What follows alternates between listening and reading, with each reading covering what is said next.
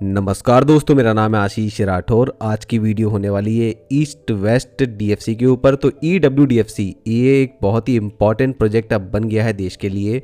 और जिस तरीके से वेस्टर्न डेडिकेटेड फ्रेट कॉरिडोर और ईस्टर्न डेडिकेटेड फ्रेट कॉरिडोर का परफॉर्मेंस अभी तक रहा है, उसको मद्देनजर रखते हुए सरकार काफ़ी उत्साहित दिखाई देती है इस प्रोजेक्ट के लिए भी। अभी तक ईडीएफसी और डब्ल्यूडीएफसी दोनों को कंबाइंड अगर देखा जाए तो 2800 किलोमीटर से ज़्यादा की इनकी लेंथ है। और इन दोनों के द्वारा बंगाल के जो पोर्ट्स हैं वो कनेक्ट हो रहे हैं महाराष्ट्र और गुजरात से।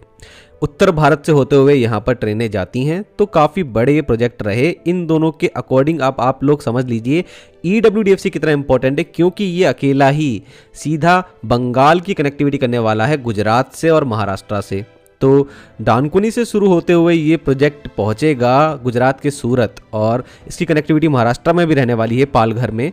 तो काफ़ी बड़ा 2000 किलोमीटर से भी ज़्यादा का ये प्रोजेक्ट होने वाला है। जल्दी इसका ऑफिशियल मैप भी सामने आने वाला है, क्योंकि बैक एंड में उस पर काम शुरू हो चुका है। फिर लैंड एक्विजिशन पर भी डिस्कशंस हो रहे हैं।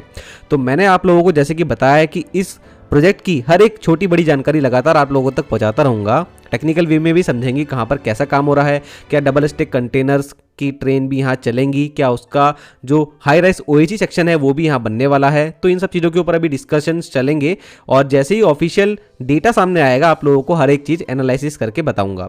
तो अभी दोस्तों जो इम्पॉर्टेंट बात हुई है वो हुई है फंडिंग को लेकर, क्योंकि काफ़ी कैपिटल इंटेंसिव प्रोजेक्ट होते हैं डेडिकेटेड फ्रेट कॉरिडोर्स, और इसलिए फंडिंग जो है वो बहुत ही इंपॉर्टेंट रोल निभाती है।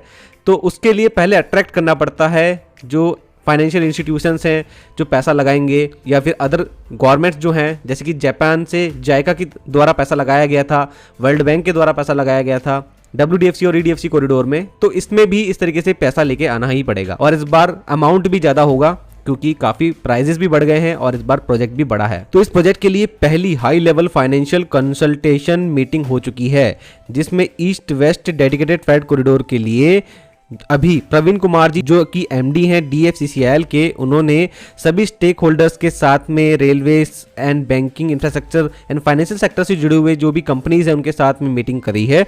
काफ़ी बढ़ चढ़ करके यहाँ पे हिस्सा लिया गया है, बड़ी हाई लेवल मीटिंग थी। और इसमें सबसे पहले तो दोस्तों जो डीएफसीसीआईएल के काफ़ी जो बड़े बड़े डिपार्टमेंट्स हैं उसके जो भी हेड हैं उन्होंने यहाँ पर पार्टिसिपेशन किया। तो डीएफसी के अलावा यहाँ पर important Indian banks and financial institutions भी मौजूद थे। SBI bank, bank of Baroda, central bank of India, UCO bank, union bank of India, SBI capital market limited, HDFC bank, ICICI bank, axis bank, NABFID जैसे जो बड़े financial institutions and banks हैं उन्होंने भी participation इसमें किया। साथ में ही international development agencies including world bank ने भी पार्टिसिपेशन इस बार किया है, और एशियन डेवलपमेंट बैंक ADB ने भी इस बार पार्टिसिपेशन किया, और जापान इंटरनेशनल कोऑपरेशन एजेंसी जायका जो कि बुलेटिन प्रोजेक्ट को भी फंड कर रहे हैं और हमारे जो DFCs हैं उनको भी फंड कर चुके हैं पहले, उन्होंने दोबारा से पार्टिसिपेशन यहाँ किया है, और MIGA ने भी पार्टिसिपेशन किया है। तो काफ़ी हाई प्रोफाइल ये मीटिंग थी, आप लोगों को समझ में आ रहा होगा। और क्योंकि इस तरीके की मीटिंग से कहीं ना कहीं DFC अपना प्रोजेक्ट जो है वो इनको क्लियर करना चाहेंगे, कैसे हम प्रोजेक्ट करने वाले हैं, क्या हमको फ़ायदा होगा और क्या आपको भी फ़ायदा होने वाला है, किस तरीके से आगे बिजनेस अपॉर्चुनिटीज़ इस प्रोजेक्ट की वजह से रहने वाली हैं, जिससे कहीं ना कहीं उनको भी पैसा मिलेगा जो यहाँ पर इन्वेस्टमेंट करने वाले हैं। तो हर एक चीज़ पर यहाँ पर बात हुई होगी, हर एक चीज़ पर समझाया गया होगा। तो जब से बजट में अनाउंसमेंट हुआ है उससे बाद से लगभग दोस्तों 1 महीने के अंदर अंदर ही कितने सारे डेवलपमेंट यहाँ पर ईडब्ल्यूडीएफसी को लेकर के हो गए हैं, और यहीं से एक बहुत अच्छा यहाँ पर ग्रीन सिग्नल मिलता है कि कहीं ना कहीं काम फास्ट ट्रैक मोड पर ही है। जैसे कि अश्विनी वैष्णव जी कह चुके हैं कि इस प्रोजेक्ट को फास्ट ट्रैक मोड पर ही बनाया जाएगा। तो ऐसे में यहाँ पर वो तेजी दिखाई भी देती है, काम तेजी से चल रहा है, और डीएफसीसीआईएल का पूरा डिपार्टमेंट पूरी तरीके से ट्रेंड है इस तरीके के प्रोजेक्ट को करने के लिए। उनके पास बहुत अच्छा एक्सपीरियंस है पिछले 10 से 20 सालों का। तो वो लोग पूरी तरीके से यहाँ पर प्रतिबद्ध रहने वाले इस प्रोजेक्ट को कंप्लीट करने में। कोई भी इंफॉर्मेशन लगातार मेरे को इस प्रोजेक्ट की मिलेगी, मैं आप लोगों को देता रहूंगा, इसलिए चैनल के साथ बने रहिएगा। आपको वीडियो कैसी लगी जरूर से मुझे कमेंट सेक्शन में बताइएगा। आज के लिए इतना ही। वंदे मातरम, भारत माता की जय।